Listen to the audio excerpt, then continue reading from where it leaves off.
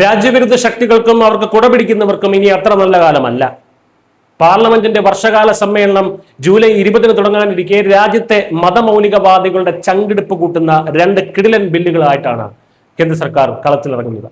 വിദേശ ഫണ്ടുകൾ വെട്ടിവിഴുങ്ങി അജണ്ടകൾ നടപ്പാക്കുന്നവരെ പൂട്ടാനുള്ള FCRA ഭേദഗതിയും മണ്ഡല പുനർനിർണയത്തിനായിട്ടുള്ള ഭരണഘടനാ ഭേദഗതിയുമാണ് ഇപ്പോൾ പ്രതിപക്ഷത്തിന്റെ ഉറക്കം കെടുത്തുന്നത്. വോട്ട് ബാങ്ക് രാഷ്ട്രീയത്തിന്റെ അടിവേരിളക്കുന്നതാണ് കേന്ദ്രത്തിന്റെ പുതിയ നീക്കങ്ങൾ. ലോക്സഭാ സീറ്റുകളുടെ എണ്ണം 850 ഉയർത്താനും വനിതാ സംവരണത്തിനും വഴിയൊരുക്കുന്ന ഭരണഘടനാ ഭേദഗതിക്ക് 2/3 ഭൂരിപക്ഷം ഉറപ്പാക്കാൻ കേന്ദ്ര സർക്കാർ രഹസ്യ നീക്കങ്ങൾ ശക്തമാക്കിയിരിക്കുകയാണ്. കഴിഞ്ഞ ഏപ്രിലിൽ ഭൂരിപക്ഷം ലഭിക്കാതെ പോയ ഈ ബിൽ ഇത്തവണ എന്ത് വില കൊടുത്തും പാസാക്കാനാണ് കേന്ദ്ര സർക്കാരിന്റെ തീരുമാനം. പ്രതിപക്ഷത്തെ ഇന്ത്യ സഖ്യത്തിലെ വിള്ളലുകൾ മുതലെടുത്ത NDA കരുക്കൾ നീക്കുമ്പോൾ സ്വന്തം പാളയത്തിലെ കൊഴിഞ്ഞുപോക്ക് തടയാൻ പെടാപ്പാടുപെടുകയാണ് പ്രതിപക്ഷം. ഇതിനിടെ രാജ്യസുരക്ഷയ്ക്ക് ഭീഷണിയാകുന്ന വിദേശ ധനസഹായങ്ങൾ തടയാനുള്ള നിർണായക FCRA ബില്ലും ഈ സമ്മേളനത്തിൽ അവതരിപ്പിക്കും.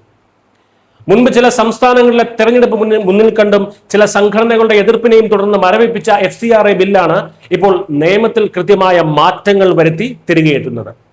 വിദേശത്തു നിന്നും ഫണ്ടുകൾ ഇറക്കി രാജ്യത്ത് കുഴപ്പങ്ങൾ സൃഷ്ടിക്കുന്ന മതമൗലികവാദികൾക്ക് ഈ നിയമം വലിയൊരു ഇരുട്ടടിയാകും.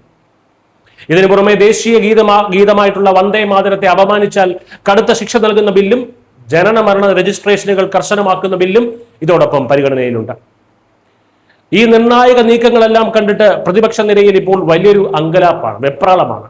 ലോക്സഭയിൽ 319 പേരുടെ പിന്തുണയുള്ള NDAക്ക് ബിൽ പാസാക്കാൻ ഇനി വെറും 33 MPമാരുടെ പിന്തുണ കൂടി മതി. പ്രതിപക്ഷത്തെ പ്രമുഖരായിട്ടുള്ള NCP, ശരത് പവാർ പക്ഷവും DMKയും നിലപാട് മയപ്പെടുത്തുന്നതിന്റെ സൂചനകൾ പുറത്തു വരുന്നുണ്ട്. എല്ലാവർക്കും തുല്യമായി സീറ്റ് വർദ്ധിപ്പിച്ചാൽ പിന്തുണയ്ക്കാമെന്ന സുപ്രിയ സുലെയുടെ പ്രസ്താവന കോൺഗ്രസിന് സമ്മാനിച്ചിരിക്കുന്നത് വലിയൊരു തലവേദനയാണ്.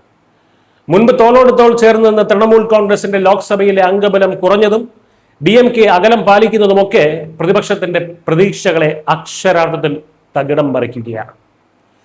ചുരുക്കത്തിൽ വരും ദിവസങ്ങളിൽ പാർലമെന്റ് വലിയൊരു രാഷ്ട്രീയ വേട്ടയ്ക്കാണ് സാക്ഷ്യം വഹിക്കാൻ പോകുന്നത്.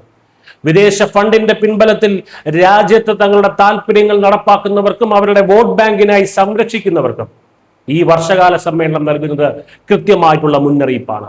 രാജ്യ താല്പര്യത്തിന് മുന്നിൽ ഒരു വിട്ടുവീഴ്ചയുമില്ലെന്ന കേന്ദ്ര സർക്കാർ വ്യക്തമാക്കുമ്പോൾ ഏത് വിധേനയും പിടിച്ചു നിൽക്കാൻ പാടുപെടുന്ന പ്രതിപക്ഷത്തിന്റെ ഗതികേട് വരും ദിവസങ്ങളിൽ കൂടുതൽ വ്യക്തമാകും. News desk Malayalam.